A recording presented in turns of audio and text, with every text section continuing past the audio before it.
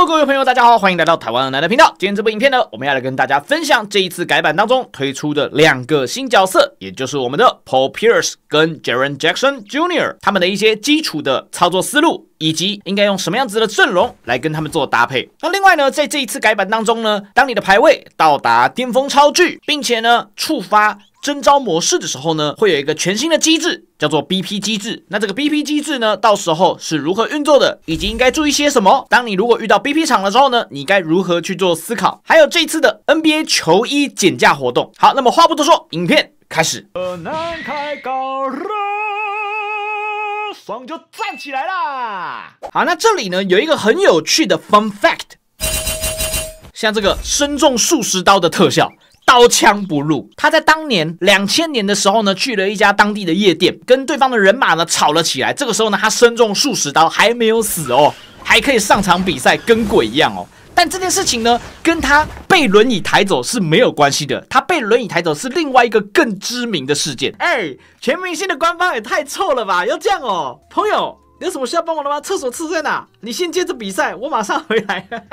太臭了吧！全明星官方。你们知道 Paul Pierce 他的这个动作为什么是坐轮椅吗？ Paul Pierce 当初在打 NBA Finals 的时候，他打到一半，突然就倒地了，就呀，很痛啊，倒在地上啊，然后痛到要被轮椅抬走，你知道吗？然后呢，他被轮椅抬走，大家很担心，我说怎么了？哇，不会吧？我们这一队的主力哇受伤了，怎么办？大家很紧张。就他不到1分钟之后就回来了。然后呢，就有人拍到说他在某一次投篮的时候投出去，发现他的屁股后面有一个黄黄的污渍，所以他在投那个3分球的时候，他拉屎了，屎喷出来了。重点是那个3分还进了，所以他用那个轮椅推出去，只是为了要假装他受伤，实际上不想要让场面变太难看。确实啊，这是一个聪明的策略啊。这个其实不是大家在臭他哦，他自己在10年后的一个 podcast 里面自己讲的。对，回来大家还以为他带伤上阵，你知道吗？首先让大家知道的是，这个角色他绝对不是一个你第一次上场就可以打得非常好的角色，他会需要经过大量的观察、大量的练习，你才能够把这个角色玩到好哦。那这个角色，我只能说，会玩的人呢，他可以玩得非常强，但不会玩的人呢，他可以把它玩成 T4 的等级哦。那么首先就来介绍一下关于这个角色的一些基础操作思路。这个角色的进攻，如果你要打开的话，你必须要启动2种状态。第一种状态呢，叫做寻求对抗，像这样子，底下有个红色的这个读取条的时候呢，就是寻求对抗的状态。再来第2种状态呢，叫做摆脱成功的状态，底下有这个绿色的读取条的时候呢，就是摆脱成功的状态。会随着你这2种不同的进攻状态呢，你的招式呢也会有所变化。那么另外呢，有一个机制是可以让这个角色它的2种状态呢延长时间的。那这个机制呢，就是对抗冲刺哦。在队友持球的情况下，假设呢你离对方的距离很近，使用了这个对抗冲刺之后，像这样，假设你没有推到对方，你就会变成这个寻求对抗的状态。反之呢，如果你成功推到对方，你就会变成这个摆脱成功的状态。那不管你是在哪一种状态下呢，你都是可以快速的去重设这2种进攻状态的持续时间。比如说我现在是红色的状态，然后呢我快要没有了，这个时候我把球回给队友，然后呢直接使用一个对抗冲刺，它就会整个重置了。重置之后呢，我再继续我的对抗招，像这样子来打。那 Pierce 他是一个非常全能的进攻手哦，他可以呢作为持球来打，他也可以作为无球来打。那我个人认为呢，他打无球其实是比较强的。但我们先来讲讲他的持球打法。那持球打法呢，非常的简单暴力哦，就是呢，你可以利用真理突破去选择你要向前还是向后突破，来决定你想要切换成哪一种模式。比如说我向前，假设对方站在你的扇形范围内，就会变成这个寻求对抗的状态。这个时候呢，你再来打你的对抗招。那反之呢，如果我在真理突破完向后，这个时候呢，他如果没有在你的扇形范围内，就会变成这个摆脱成功的状态。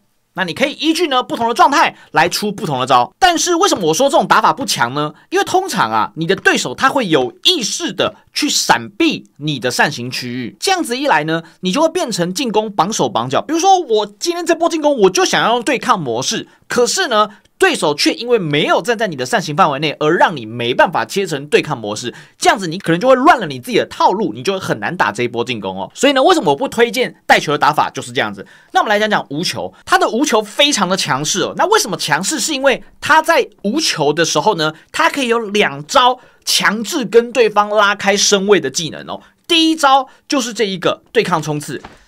拉开之后呢，对方第一时间已经被你拉开2到3个身位了，对不对？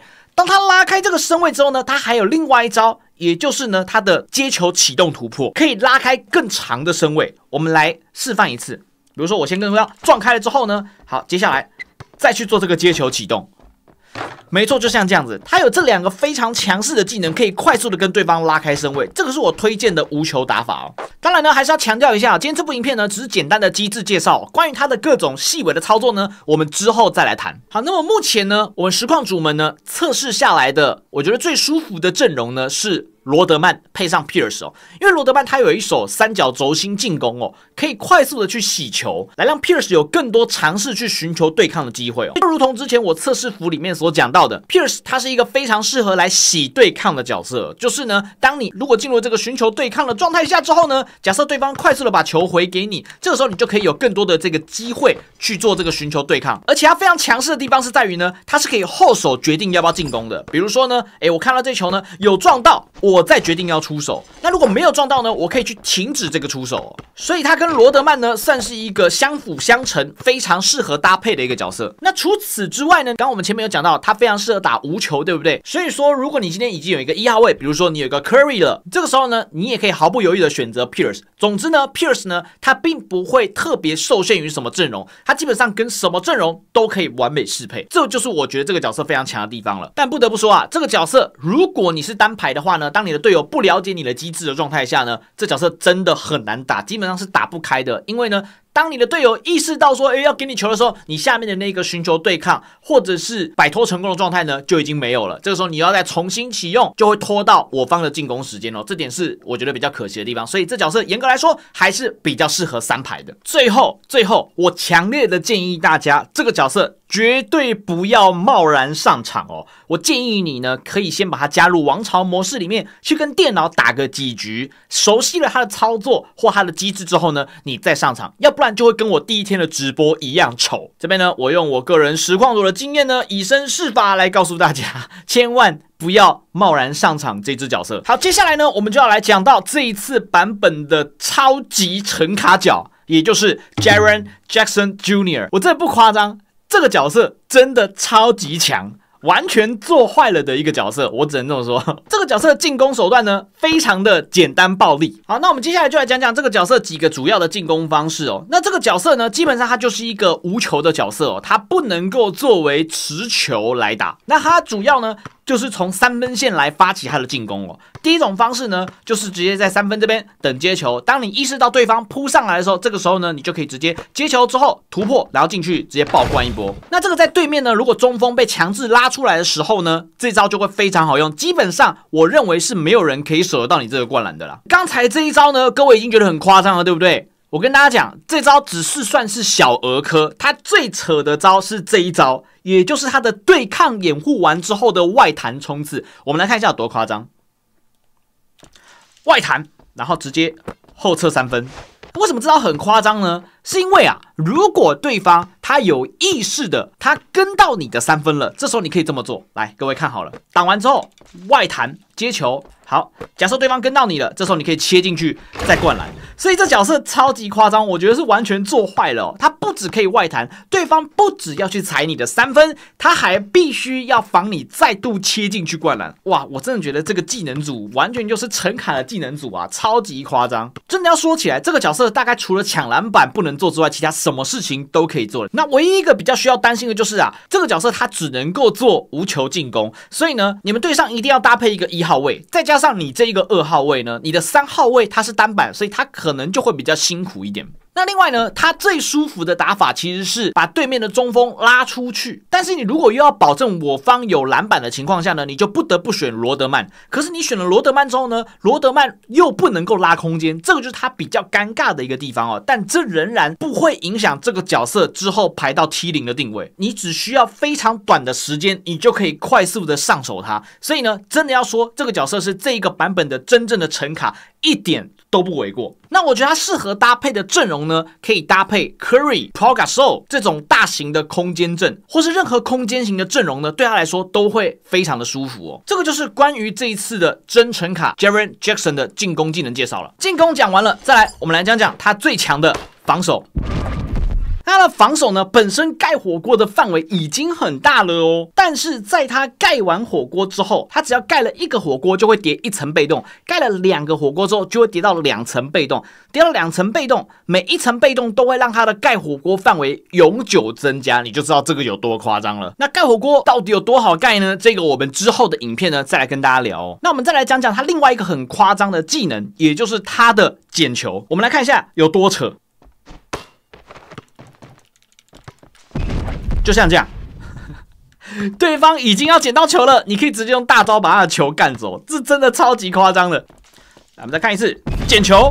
没错，这个我觉得比扑球还要夸张了哦，甚至有的篮板球你可以直接用捡的把它捡下来哦。如同我们前面所说的，这个角色呢，大概除了抢篮板不行之外呢，其他什么事情他都能做。所以我只能说啊，这个角色趁现在能玩赶快玩啊，要不然呢之后肯定是削弱的，好不好？肯定是会削弱的。那这个就是关于 Jaren Jackson 的简单的介绍了。好，那接下来呢，来聊聊关于在触发征召模式的时候呢，所增加的新模式，叫做竞选模式。那这个竞选模式的运作方式呢，就如同你在画面上面看到的，这边就不再多做赘述了哦。那我个人呢，先大胆猜测，之后必上边位的角色就2个，第一个就是罗德曼。罗德曼这角色200%会上 B 位。你说他现在虽然削弱了，但你真的有觉得他削弱到哪里去吗？我不这么认为哦。虽然他有很明显的防守短板，但这个角色他依然还是有他的影响力在的，所以我认为这个角色他绝对是一个必上 B 位的角色。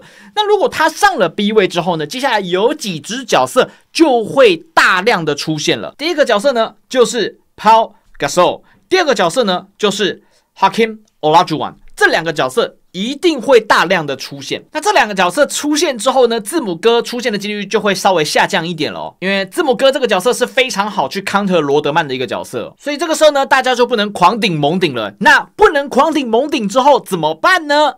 接下来呢，挡拆阵跟空间阵呢又会再次回归啦。所以这个时候呢 Jokic 也是值得拿出来一战的哦。毕竟 Jokic 呢，他在强化之后呢，虽然他的防守还是一样是大漏洞，但他的进攻方面跟篮板方面又更加的强化了。所以我认为呢，这个是在新增了 BP 选角之后呢，可能会出现的中锋选角模式。那么另外一个也有很高机会会上 B 位的，就是这一支 Stephen Curry， 因为这个角色目前为止虽然他没有任何的强度调整，但他还是非常的强势哦。Stephen Curry 搭配 Ray Allen 的挡跑阵容非常的恶心，所以我认为这个角色呢，他也是有很高几率会上 B 位的。所以呢，在 Curry 被 ban 掉的情况下呢，我认为啊 Rose 还有 Irving 还有 Harden 这几个角色的出场率呢会大大的提升。那2号位来说呢，我认为是没有太大的影响的。Paul Pierce 这个角色呢，因为大部分的人呢都比较不会去大量的练习操作它，所以我认为这个角色上边位的几率呢算是蛮低的。那 Jaren Jackson 呢也是有非常高的几率上边位的，所以把它 ban 掉了之后呢，基本上选角阵容就照旧其实就可以了。所以我认为这个就不太需要拿出来做讨论了。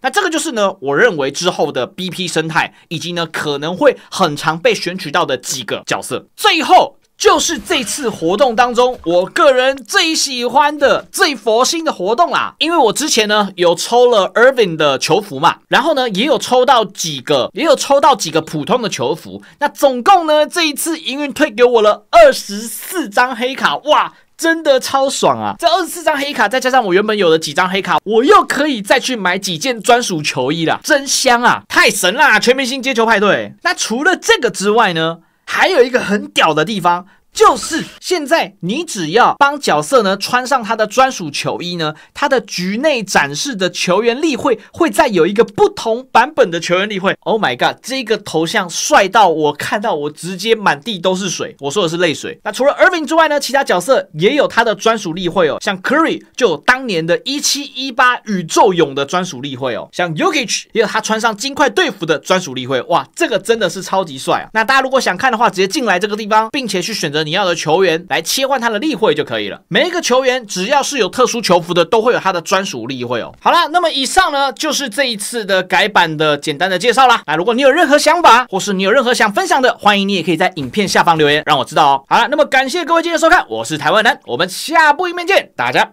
拜。